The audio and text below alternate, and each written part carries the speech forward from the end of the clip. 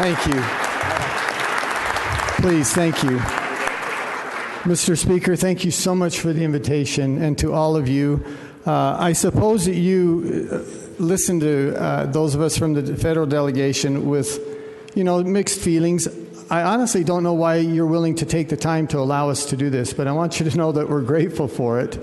And I really mean that, and I approach this humbly. I know that you're busy doing the people's work, and unlike Washington, D.C., you actually accomplish some things in trying to do the people's work. So thank you for that.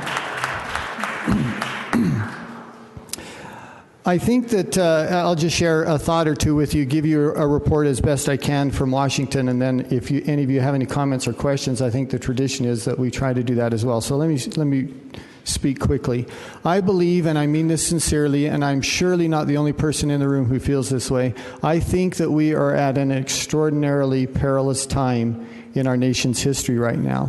What you do as legislators, and what we are trying to do as legislators in Washington, D.C., really makes a difference. What we do this year, I believe, will shape the future for generations to come. And I know we always say that, and we always say that this time matters, this election matters, etc., but I sincerely believe this is a critical moment in our nation's history. The decisions we make this time, this year, this election, will shape our country, as I said, for generations. It will determine what kind of nation we leave our children.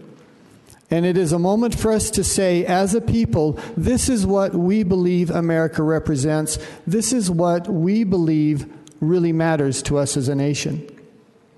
And the challenges we have are innumerable in many ways, far more than we could mention here.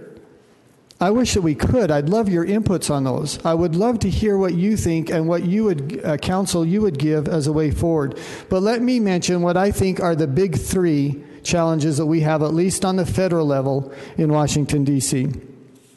The first is economic growth.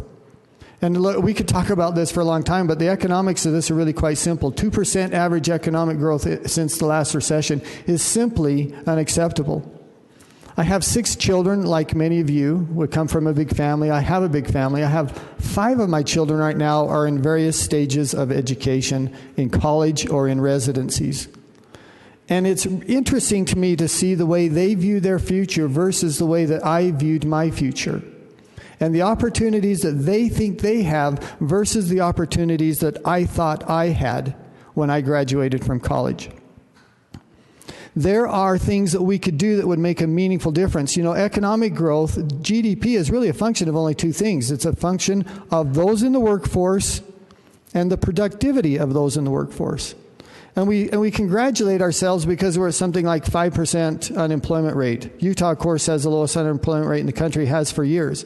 But that is not an accurate number, and all of you know that. The actual number is not nearly so optimistic, and that is the number of people in the workforce. The reality is many people have been so discouraged for so long now that they are no longer looking for a job. They no longer care if they work. And we can fix that, and we should fix that, and we have to in order to give our children, like my kids, a brighter future of what they believe they can expect. The second thing, mentioning it quickly, is the coming tsunami in debt. And it's not something we talk about much anymore. And I would remind you, when I first considered running for office, when I first got involved in politics 3 years ago, or a little bit longer now, if I had a town hall meeting or if I talked to people, and if I asked them, what is the national debt this year, everyone knew what it was. There wouldn't have been a person in the room who wouldn't have raised their hand and said, it's $1.3 trillion this year. What was it last year? It was $1.1 trillion. And the reason that people knew that was because it was an enormous problem. It was, in many ways, the thing that drove me to run for office. But if I ask people tonight, like I will at a town hall in Centerville, what's our national debt last year? Most people don't know. And that's good news and bad news. The good news is the reason they don't know is because we've made significant progress in addressing this. Our deficit last year was about $426 billion. Still a high number, still unacceptable, but we've made meaningful progress in addressing our deficit and our spending. But that will change after this year. The federal debt and the federal spending and the trajectory in 2017 is terrifying. And it's very quickly back to the $1.1, $1.3, $1.4 trillion annual deficits. And we have to be willing to tackle the real challenge of entitlement reform in order to fix that. The third thing I'll mention as far as the big three that I deal with probably 80% of my time, sitting on the Intelligence Committee as a background as a pilot in the Air Force, and that's national security. And I would remind us that national security is the only thing, it is the singular thing that the federal government is responsible for doing and doing right. And in my opinion, we have failed in that. On the Intel Committee, I have this wonderful opportunity to travel the world, and believe me, these aren't junkets. They're not shopping. I was in Africa sometime this last spring, 52 hours of flying in 5 days. You know how many rows there are on a 747? Turns out there's 72 rows, because I was in row 72 for almost all of that. And all night long, listening to people come back and go into the bathroom, 355 people go in the bathroom about twice each, it turns out. But, you know, and not even having a hotel, sleeping on the airplane every night. But I have this opportunity to go around the world and to talk to national leaders, and I hear it again and again and again. Where is the United States? We don't know if we can trust you anymore. We don't know if we can count on you any longer. And this from our closest allies, those who for generations have depended on our friendship and that alliance for things that are critically important to them. And I'll illustrate it with this one example. Meeting with the president of Tunisia, Essebsi, who is a good man, 88 years old, and he said to us, you know, the insurgents are trying to kill me. They're trying to expel me. He said, I will not leave my country. I will die here. As I said, he said, I'm 88 years old. I have nowhere to go. But he's speaking through us through an interpreter, but every once in a while he would interrupt the interpreter and speak in English, and he would say, will you please help me? And then we'd continue talking, and then he'd interrupt, and he'd say again in English, will you please help me? We need your help. You could help us. What you would do would make a difference here in my country. We have to be willing to stand up, in my opinion. We have to be willing to stand up and have America play that role that is so essential that no one else is going to play. Russia certainly isn't going to play it. China certainly isn't going to play it. Great Britain or Germany or France certainly aren't going to play the stabilizing role that the United States can play for us, or can play around the world. And I would conclude with this thought. I love the fact that George Washington, when he was sworn in as the first president of the United States, the man who could have been a king had he wanted to, he took that oath of office and then he improvised, in his own words, by ending it by saying, so help me God. And then he leaned over and kissed the Bible upon which he had placed his hands. If we are going to tackle these challenges, it will only be if God helps us. I truly believe that. The intelligence and the abilities of man are insufficient for the challenges we have. So when I say, God bless America, I really mean that. I am imploring God to bless America. And with your help and the help of the good citizens that we all represent, I know that we can overcome these challenges. I truly believe that. Speaker, thank you so much for the invitation. I'm honored and humbled, and I appreciate what you and your colleagues do. Thank you. Thank you, Congressman.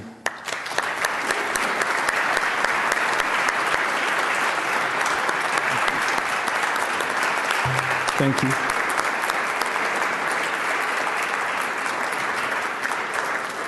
Congressman, would you be available would you have time for a couple questions from Of course, colleagues? sir. You're gracious enough to invite me here. I would certainly love to do that. We appreciate you being here. Let me go By the way, this is the only place I ever get a standing ovation. I don't even know how to respond to that. So. You all are too kind. We need more of you in Congress. We're just saying we got to get you. We need cloning is what we need. So let me go. We have a couple questions from colleagues. Let me go to Representative Ward. Thank you, Mr. Speaker, and thank you so much for coming down, Congressman. What kinds of specific things do you think we ought to be doing to be more helpful to countries like Tunisia, where, I mean, one of the few countries that had a good outcome from the Arab Spring, almost the only one, and to see them do well would be so great, and to see them do poorly would be so awful. What can we be doing to help? Well, let me answer that by saying what he was asking for. And again, and you're right, Tunisia was the start of the Arab Spring. And this is a democratically elected president there, a small country. But he said, we have insurgents from Libya, where chaos is reigning now. And he said, they're coming across our border. And he said to me, they're going to attack our tourism. A significant amount of their income, their total income in the nation, comes from tourists. Well, that surprised me. For one thing, when was the last time any of you toured, went to lay on the beaches in Tunisia? It's not a place that we generally think of, but a lot of Europeans do, as it turns out. Well, I think it was less than a week. It was 4 or 5 days after I had that conversation with him. The terrorists did come in, and where did they attack? In the museum. And they killed something like 27 people, mostly foreigners, mostly Europeans, in that museum. And then, of course, last spring, where they attacked on the beach and killed another 37. It would only take a very small footprint for the United States to provide the training for those individuals, those forces that they need in order to more effectively control their border with Libya. And again, I understand we can't be the world's policeman. I'm not suggesting that we should be the world's policeman, but I am suggesting when we have intense national interests, as we do in some of these places, or when we have intense alliances like we have had with Tunisia for 200 years, that we should honor those alliances and do what we can primarily in training them.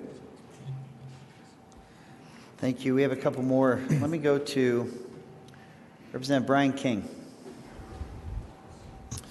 Thank you, Mr. Speaker. Thank you, Congressman, for coming today. We appreciate very much you being here.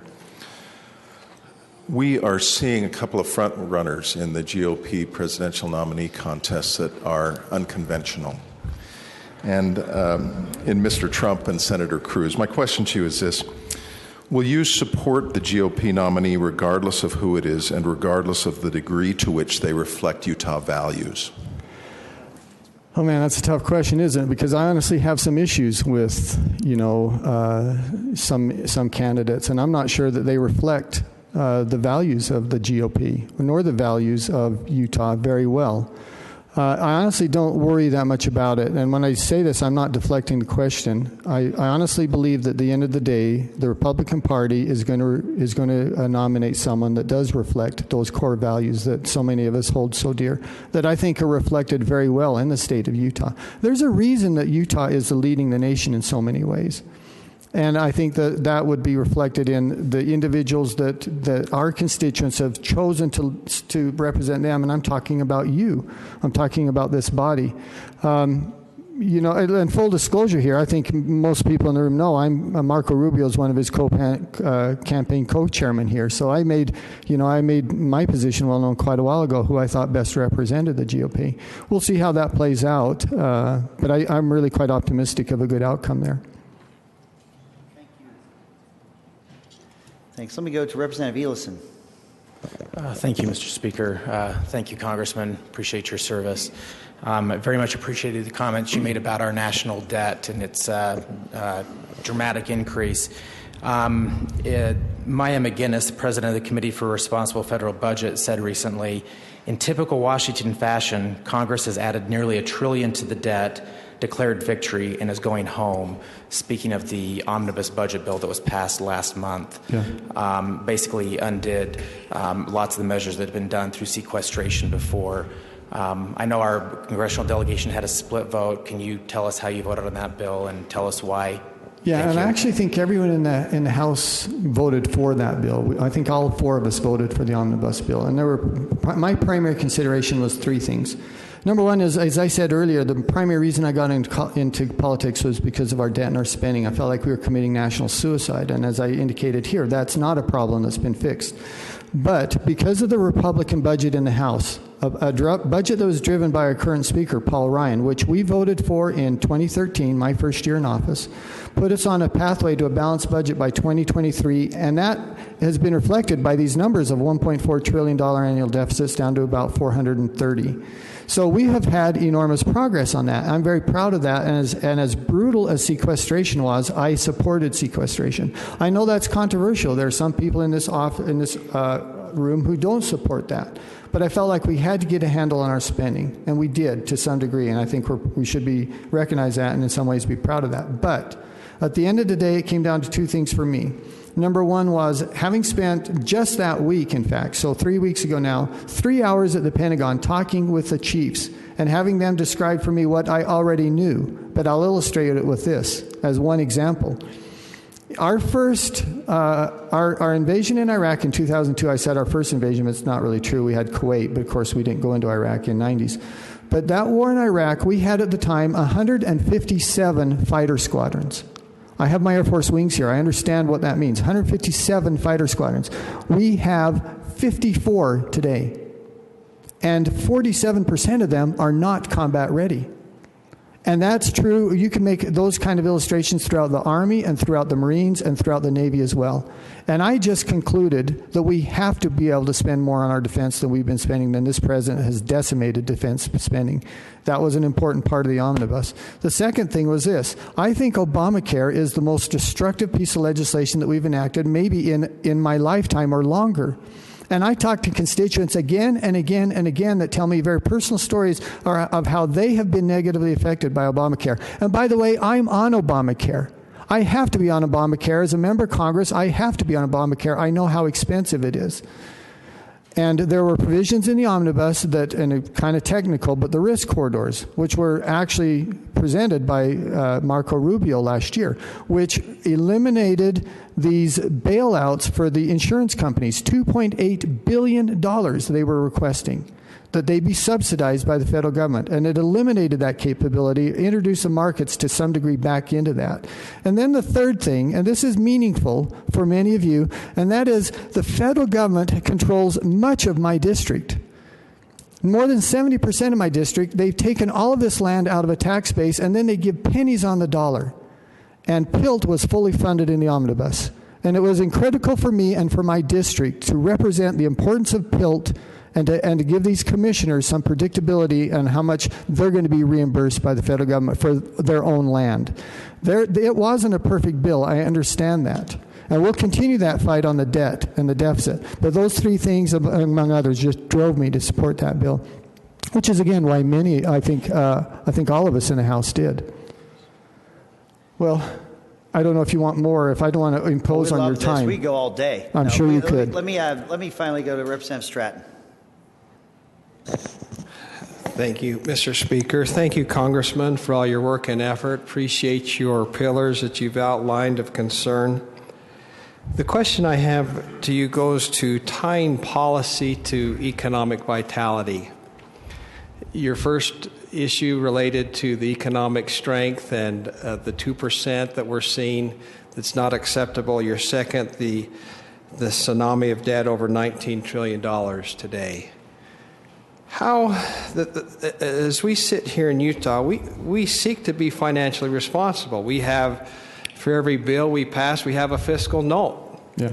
The impact on that. And the thing that we're not seeing is we're not seeing a correlation between some of the policy that's being spun off and the economic impact. For example, in Utah, our air quality has improved dramatically over the last decade.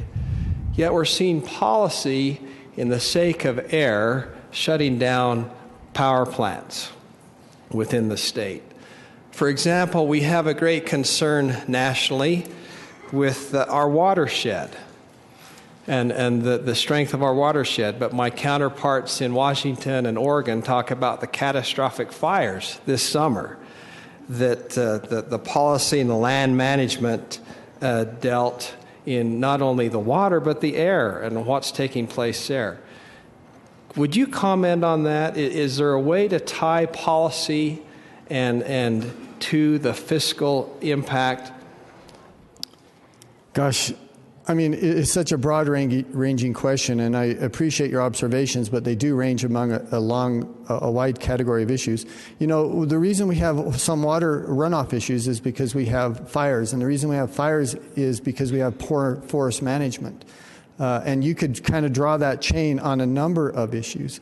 And you didn't ask about any specific ones, so let me just answer generally. And I think you'll find my answer unsatisfactory, but I think it's because it's more general than maybe you're asking. But again, there's so much that we could talk about on this. But I believe that, that when the policy reflects the will of the people, it's better policy. And this president has entirely disregarded the will of the people on so many of these issues. When he stands up and he says in a chamber similar to this, as he did a few years ago, I don't care about Congress. I don't care about what the 750,000 people that I represent may believe, our values, the things that we think important. I have a pen and a phone, and I'm going to disregard Congress. And then my colleagues, my Democratic colleagues, stand up and cheer. And I look at them and I think, what are you thinking? You represent your district. You represent those people. They have views, and you should try to reflect those views through this body of the Congress. But this president has put much of that aside. So if we could reflect the values of the people through the will of the Congress, then many of the things that you've addressed there would be, I think, better government. But when we separate government from the will of the people, as we have done more recently, then we end up, I think, with worse policy.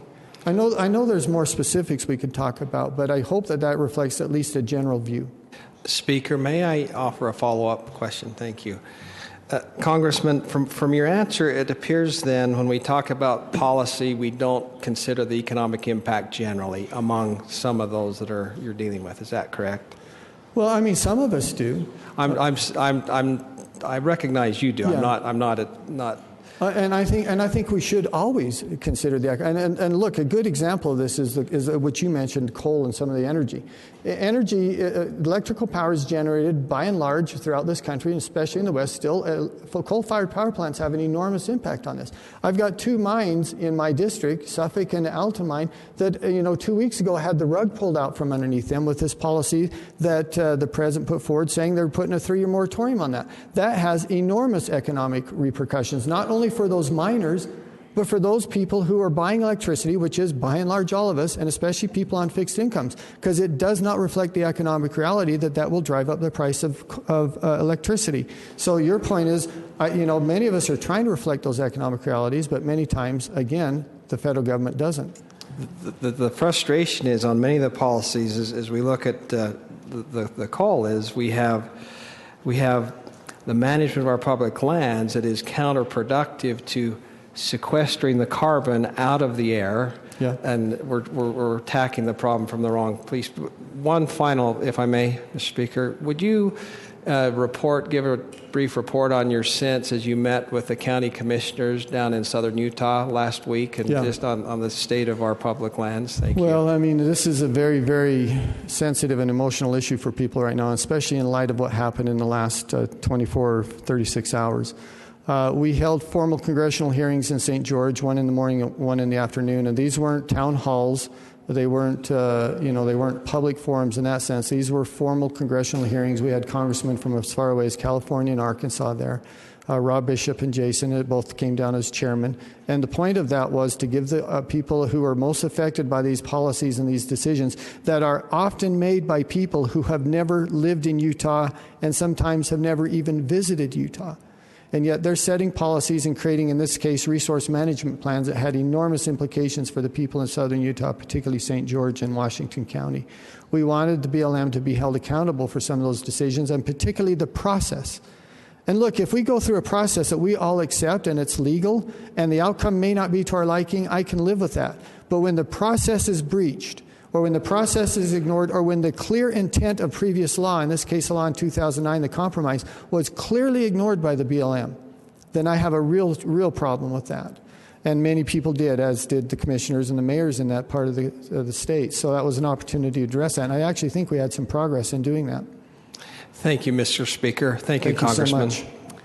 Mr. Speaker, thank you for the opportunity. To all of you, God bless you in what you do. And please help us as we try to reflect these great values that Utah represents to the rest of the nation. We appreciate. Please join me in thanking Congressman Stewart for joining us today. Thank you. Thank you.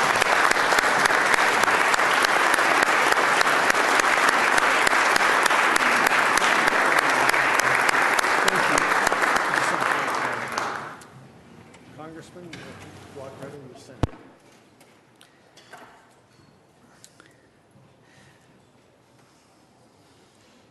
Representative Dunnigan. Thank you, Mr. Speaker. I move to dissolve the Committee of the Whole. Motion is to dissolve the Committee of the Whole. All those in favor say aye. Aye. Those opposed say no. Rule that motion carries. We are dissolved. We've dissolved the Committee of the Whole. Let me go to Madam Reading Clerk for communications from the Senate.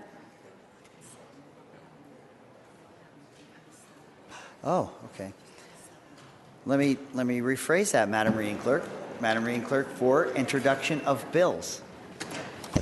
HB 221, Immunization of Students Amendments, Representative Moss. HB 222, Non-Use Application Amendments, Representative Hawks. HB 223, Local Historic District Amendments, Representative Wilson. HB 224, Impact Fees Revisions, Representative Ray. HB 225, Cybercrime Amendments, Representative Lifford. HB 226, Early Intervention Amendments, Representative Elison.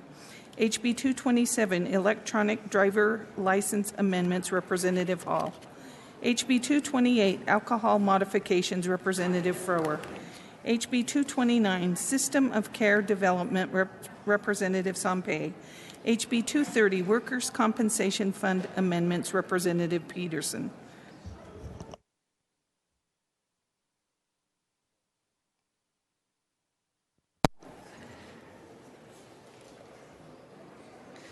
Thank you. These